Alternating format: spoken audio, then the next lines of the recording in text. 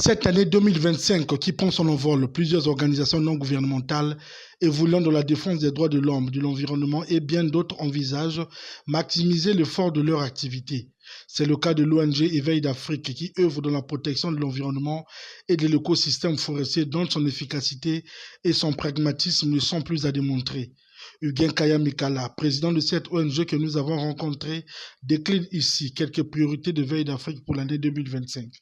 Éveil d'Afrique déjà s'est fixé un objectif, c'est d'organiser la deuxième édition du forum Hope for Africa Forest, qui est un forum international sur les enjeux et les opportunités des forêts du bassin du Congo. Et donc pour cette deuxième édition, nous serons à Pointe-Noire, à l'hôtel Hilton, où pendant 3 jours, près d'une centaine d'experts, de scientifiques, d'universitaires, vont discuter autour des thèmes sur les questions de développement durable et notamment de transition énergétique. Et ça se tiendra donc en février. Et toujours au cours de cette année 2025, nous avons lancé un vaste projet que nous avons dénommé Climat, une affaire de tous.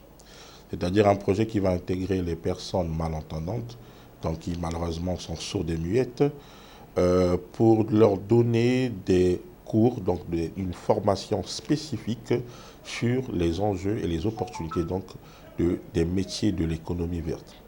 Et à côté de cela, je ne vais pas quand même dérouler tout un programme annuel parce qu'après aussi les projets, il ne faut toujours pas les présenter comme cela, mais nous avons un vaste projet sur le plan national.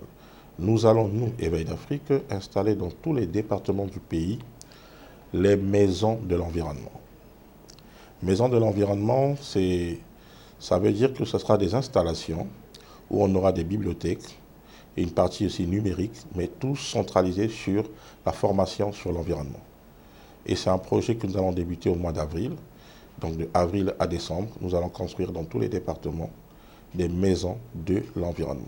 Cet acteur de la société civile est également revenu sur les grands moments ayant marqué l'action de l'ONG Éveil d'Afrique en 2024. Alors, je ne peux pas être ici en même temps juge et parti, mais je pense que ce serait aux Congolais déjà d'apprécier ce grand projet que nous avons lancé, EcoClass, cette formation gratuite des jeunes sur les métiers de l'environnement, dont aujourd'hui nous sommes totalement fiers d'observer les récompenses, dans le sens où de voir comment ces jeunes que nous avons formés sont aujourd'hui autonomes, ils sont porteurs de projets. Il y a déjà un groupe qui a reçu un financement de la part d'Éveil d'Afrique et d'une ambassade dont je tairai le nom. Donc c'est pour dire que le projet aujourd'hui porte ses fruits, nous en sommes fiers. Et qui sait, si des philanthropes ou des partenaires au développement nous refont confiance encore pour cette année, nous lancerons donc la deuxième version, la deuxième phase du projet EcoClass.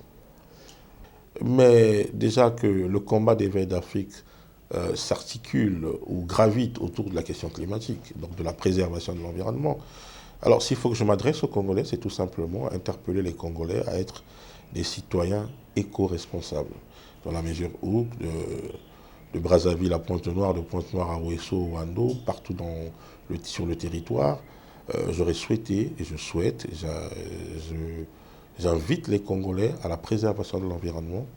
Il faut comprendre qu'aujourd'hui, nous sommes en train de vivre malheureusement les impacts du changement climatique.